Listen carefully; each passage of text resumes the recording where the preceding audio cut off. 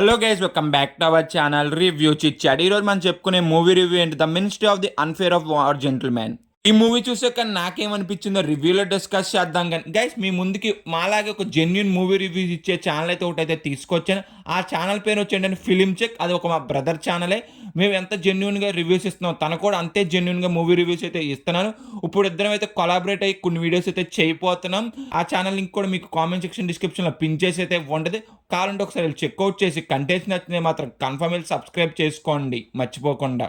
Guys, మన channel కొత్తగా వస్తే మాత్రం ఒక 3-4 వీడియోస్ చూసి కంటెంట్ నచ్చితే మాత్రం కన్ఫర్మ్ అయితే సబ్స్క్రైబ్ చేసుకొని, అలాగే comment section description Instagram link కూడా ఉంటుంది, అది కూడా చూసి కంటెంట్ నచ్చితే మాత్రం కన్ఫర్మ్ అయితే ఫాలో కొట్టండి. అలాగే మా బ్రదర్ ఛానల్ లింక్ కూడా మీకు కామెంట్ సెక్షన్ డిస్క్రిప్షన్లో పిన్ చేస్తే ఉంటుంది, అది కూడా చెక్ చేసి కంటెంట్ నచ్చితే మాత్రం అది కూడా సబ్స్క్రైబ్ అయితే చేసుకోండి మర్చిపోకుండా. ఇంకేం లేట్ చేయకుండా ఈ మూవీ యొక్క బేసిక్ స్టోరీ లైన్ ఏంటో చూద్దాం.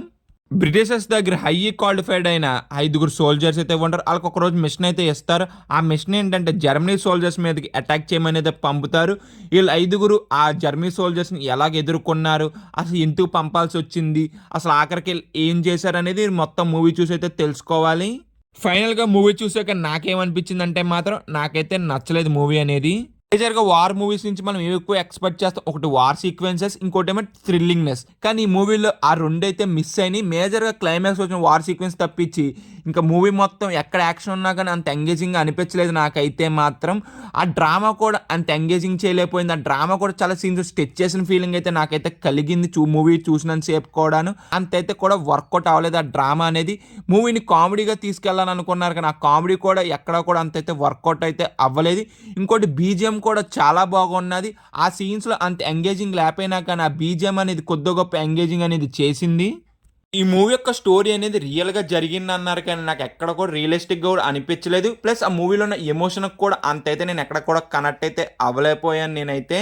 ఇది గైస్ మూవీ చూసాక నాకైతే ఎలాగైతే అనిపించింది. సపోజ్ ఈ మూవీ మీరు చూస్తుంటే మీకేమనిపించిందో కింద అయితే కామెంట్ చేయండి. మూవీని కొంత కామెడీగా చెప్పాలనుకున్నారు కానీ ఆ కామెడీ అనేది అంతైతే వర్కౌట్ అయితే అవ్వలేదు. తెలుగు డబ్బింగ్ అనేది పర్ఫెక్ట్గా అయితే ఉన్నది. ప్రైమ్లో అయితే స్ట్రీమ్ అవుతుంది మూవీ అనేది. ఇంకా కమింగ్ టు ద పర్ఫార్మెన్సెస్ అందరూ పర్లా బాగానే అయితే చేశారు. ఇంకా సినిమాటోగ్రఫీ ప్రొడక్షన్ అయితే మాత్రం చాలా రిచ్గా అయితే అనిపించింది. బీజిఎం కూడా చాలా బాగున్నది. ఇంకా ఫైనల్గా మేము ఇచ్చే రేటింగ్ ఎంత అని మాత్రం 2 out of 5.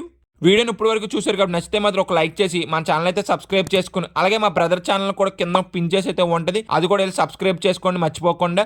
అలాగే comment section description Instagram link కూడా ఉంటుంది, అది కూడా నచ్చితే మాత్రం కన్ఫర్మ్ అయితే వెళ్ళి ఫాలో కొట్టండి. Bye guys, in the next video. జై హింద్.